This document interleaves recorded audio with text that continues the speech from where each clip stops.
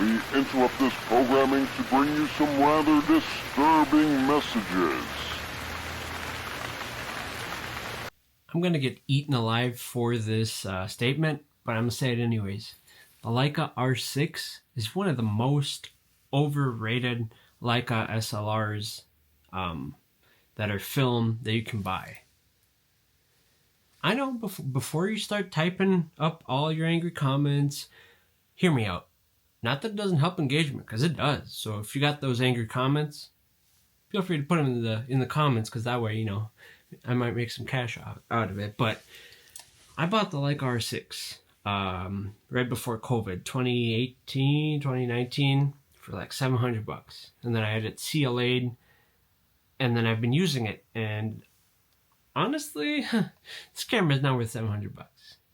Even now, it's like $500-$600 that you buy these used. I don't know why you would. There's so many good options out there.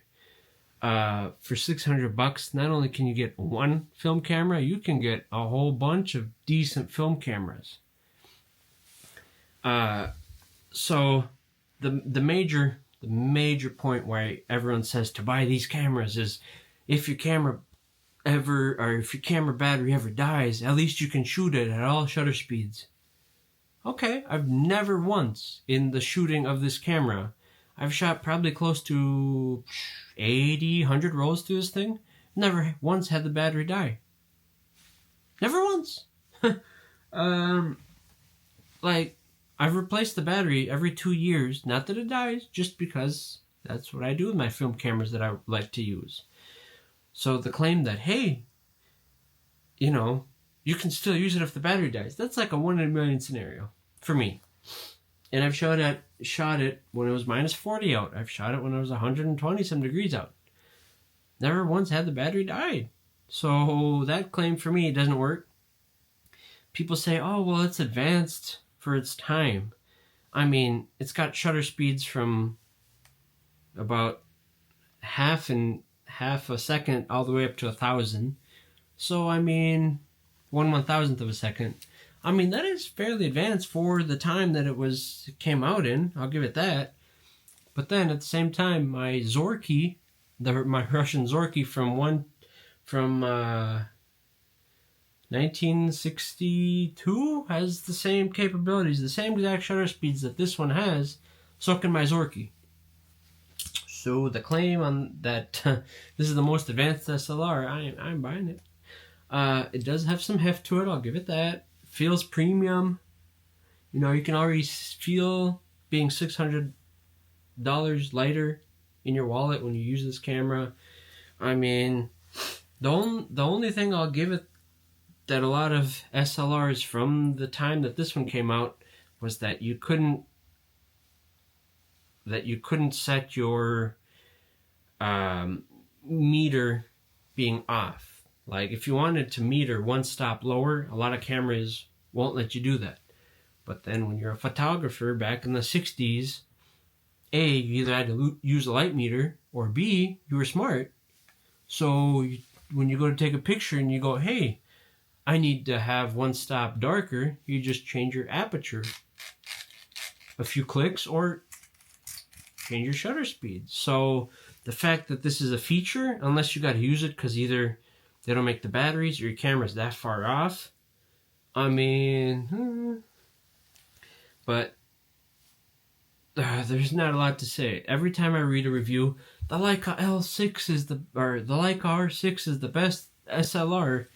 Like, okay, maybe for you, because I've used a lot of SLRs, and this ain't the greatest. If I had to go from the top to the bottom, this wouldn't be on the top of that list. It wouldn't be at the bottom, but it'd be in the middle. Like, if I really wanted great image quality, the most amount of shutter speeds I can have, I'm grabbing my Canon A2E, so I can use all my Canon L lenses. That thing goes from 1/8000th of a second to 30 seconds. So you're saying that this is the greatest? No. The metering also can be easily thrown off, especially if you shoot slides and if you use spot metering. The spot meter is not super accurate, and it should be because I've had it calibrated. I paid $200 to get this thing fully CLA'd and cleaned, so it should be accurate. Now the thing none of the reviews tell you, not one that I've seen, is the shutter leg. There is a shutter leg with this thing, because it's mechanical or computer or who knows what. But when I take a picture, it's about a quarter of a second slower than when I push the shutter. Compare that to my Leica Flex or any other mechanical film camera. I ain't got no shutter leg. So this one, if you see something's about to happen, get ready to take pictures because you're going to miss it. Well, half a second too slow and quarter of a second too slow, you missed it. Now, it's great that it has a meter. It's great that the meter works. It has the little feature where you can turn on the light in the bottom of the viewfinder so you can see what your aperture is set.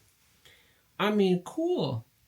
Those are all good features, but to pay $700 for a camera like this, when you can get yourself an M42 camera, being a Pentax Spot something, or the Honeywell Spotomatic, or the Practicas, or the Zeniths, or the Zorkis, or anything with a decent M42 lenses, like a Carl Zeiss or something, you can get that for under $200, under $100 if you find a cheap Zeiss. But then you're gonna pay $300 for the lens and $700 for the camera, and you have a $1,000 film camera setup that can take decent photos. But put that up against my Canon film camera along with the L lenses, this thing's gonna get left so far in the dust. Yeah. So if you're like, oh, I want a new camera that I can hang around my neck and walk around and people are thinking I'm a real photographer, or you can't afford the Leica M's, I'd stay away from this one. I mean, if you got money to burn and you want to look cool, sure, buy it. It's okay. It'll do kind of what you want it to do. But to shoot a lot of rolls with it, just because it's a purely mechanical camera, get yourself a Soviet camera, a Fuji camera, a Yashica film camera. All those three, like the Fujica ST701, all mechanical, no battery needed. The Yashica TL Electro, all mechanical, you don't need no battery except for the meter. Same with this one. The Zeniths, the 12, the 11s, the ETs, all those. Granted, they don't have a lot of shutter speed options, but hey, all mechanical, you don't need no battery. The Zorkis, the Feds, legitly, any Soviet film camera, the Praktika, the German ones, they don't need any batteries to be working full mechanical. But come on, a Leica, a $700 camera that you're going to buy just because it's fully mechanical, and if the battery dies, it might come in handy. Nah. That's my main gripe with it. It works great as a camera, but to all the reviewers, if you review this camera and all you say is it's a great camera because the battery, you can still use it if the battery dies, I mean, come on. There's better ways to critique it. But yeah, after I've shot as many rolls as I have with this one, I am sorry to say, but this one's going on eBay, so I can give my $600 back, so I can get another Leica Flex SL, maybe the 2 if I got a lot of money with. Those are amazing cameras, and guess what? They work great, no shutter leg, and yes, if the battery in the camera dies, you can still use it at all shutter speeds, and it even goes up to 1/2000th of a second, so even faster than this one, and it's a lot cheaper.